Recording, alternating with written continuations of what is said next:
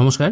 আজকের এই ভিডিওর মাধ্যমে আমি আপনাদের দেখাবো কিভাবে আপনারা পঞ্চায়েত এলাকার ইনকাম সার্টিফিকেট অনলাইনের মাধ্যমে আবেদন করবেন এবং ডাউনলোড করবেন। আবেদন করার জন্য ডেসক্রিপশনে দেওয়া লিঙ্ক থেকে সরাসরি আপনারা পঞ্চায়েতের এই ওয়েবসাইটে চলে আসতে পারবেন।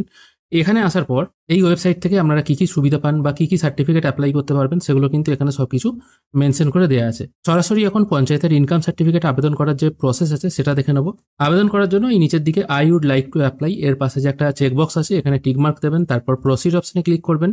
এখানে আপনার ফোন নাম্বারটা পুট করে জেনারেট ওটিপি অপশনে ক্লিক করবেন। এরপর আপনার ফোনে একটি ওটিপি চলে আসবে, ওটিপিটি হবে 4 সংখ্যার, সেটা এখানে পুট করে ভেরিফাই অ্যান্ড প্রসিড করবেন। প্রসিড করার সঙ্গে সঙ্গে আপনার সামনে এই টাইপের একটি ফর্ম চলে আসবে জেনারেট হয়ে। এটা আপনাকে একটি একটি করে ফিল আপ করতে হবে। আপনাদের সুবিধার্থে আমি ফর্মটি একটু বড় করে নিচ্ছি। প্রথমে এখান থেকে আপনার ডিস্ট্রিক্ট চুজ করবেন ড্রপ ডাউন মেনু থেকে, তারপর একইভাবে ড্রপ ডাউন থেকে ব্লক, গ্রাম পঞ্চায়েতের নাম এবং সংসদ এটা এখান থেকে সিলেক্ট করে নেবেন। এসএসসি নাম্বার, এসএসসি নেম এবং রিলেশন উইথ অ্যাপ্লিক্যান্ট এগুলো ম্যান্ডেটারি নয়, স্টার মার্ক দেওয়া নেই, এগুলো ফিল না করলেও হবে। পেজটিকে একটু উপরের দিকে তুললে যিনি অ্যাপ্লাই করছেন তার ডিটেল দিতে হবে। প্রথমে তার স্যালুটেশন সিলেক্ট করবেন, পুরুষ হলে মিস্টার, মহিলা হলে মিসেস, এটা সিলেক্ট করে নেবেন। তারপর এখানে বলা হচ্ছে যদি আপনার বাংলায় শংসাপত্র পেতে হয় তাহলে বাংলায় লিখুন, আর নেপালি সার্টিফিকেট পেতে হলে নেপালিতে লিখতে হবে। যদিও এখানে আপনি যখন এটা বাংলা সিলেক্ট করবেন ইংরাজি নাম পুট করলে অটোমেটিক কিন্তু বাংলা আসবে না, সেক্ষেত্রে আপনাদের গুগলে বাংলা ট্রান্সলেট করে নিয়ে এখানে কপি পেস্ট করতে হবে, তবেই আসবে। তবে বেটার হয় এগুলো সিলেক্ট না করা, সরাসরি ইংরাজিতেই সার্টিফিকেট ডাউনলোড করলে সব থেকে ভালো হয়।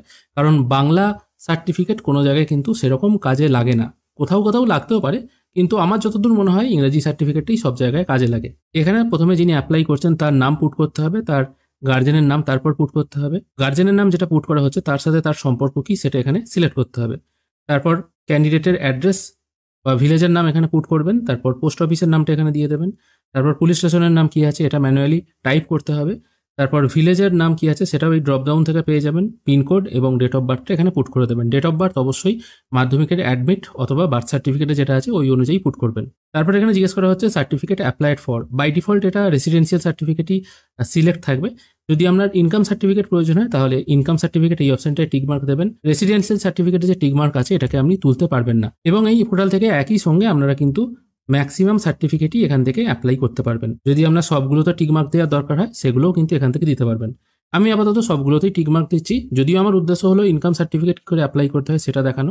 এক্ষেত্রে আপনাদের ইনকাম সার্টিফিকেট যে অপশনটা আছে এখানে আপনার অ্যানুয়াল ইনকাম কত সেটা এখানে পুট করতে হবে, এবং আপনার ইনকাম সোর্স কি, আপনি চাকরি থেকে ইনকাম করেন না কৃষিকাজ থেকে ইনকাম করেন সেটা এখানে আপনাকে লিখে দিতে হবে। যদি কৃষিকাজ হয়ে থাকে এগ্রিকালচার, যদি চাকরি করেন তাহলে স্যালারি পার্সন, এগুলো মেনশন করে দেবেন। ডিস্টেন্স সার্টিফিকেট যদি অ্যাপ্লাই করতে হয়, যে জায়গার আপনি ডিস্টেন্স সার্টিফিকেট পেতে চাইছেন আর কি, আপনার বাড়ি থেকে সেটার দূরত্ব কত সেটা লিখে দিলেন, ধরা যাক 50 কিলোমিটার, সেটা 50 লিখলেন।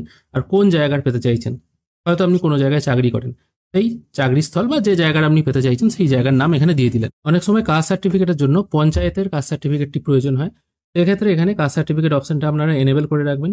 তারপর আপনার রিলিজিয়ান কী আছে সেটা এখান থেকে সিলেক্ট করে নেবেন, কাস্ট কী আছে সেটা এখান থেকে সিলেক্ট করবেন, এবং সাবকাস্ট কী আছে সেটা এখান থেকে সিলেক্ট করে নেবেন। যদি সেম পার্সন সার্টিফিকেট লাগে সেক্ষেত্রে আপনার আগে কি নাম ছিল আর নতুন এখন কি নাম হয়েছে এই নাম দুটো পরপর বসিয়ে দেবেন, এই অনুযায়ী একটা সার্টিফিকেট ইস্যু করা হয়। যেহেতু এখন আমাদের আলোচ্য বিষয় ইনকাম সার্টিফিকেট, সেই জন্য আমরা ওটাতেই এখন মনোনিবেশ করব।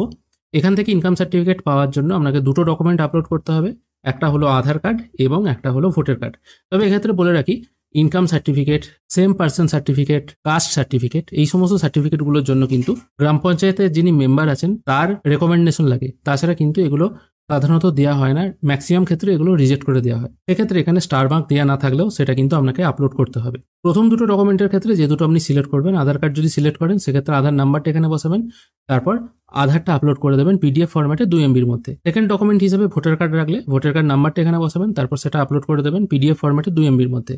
আর গ্রাম পঞ্চায়েতের যিনি মেম্বার আছেন তার রেকমেন্ডেশন লেটারটা, তার যদি কোনো নাম্বার থাকে আর কি সেটা এখানে দিয়ে দেবেন, না থাকলে কিছু দেওয়ার দরকার নেই। তারপর সেটা আপলোড করে দেবেন ওই একই পিডিএফ ফরম্যাটে 2 MBর মধ্যে। তারপর আপনার একটা ফটোগ্রাফ আপলোড করে সাবমিট অপশানে ক্লিক করবেন। ফর্ম সাবমিট হয়ে গেলে আপনাদের সামনে এই টাইপের একটি স্ক্রিন চলে আসবে, বা স্ট্যাটাস স্ক্রিন বলা যেতে পারে।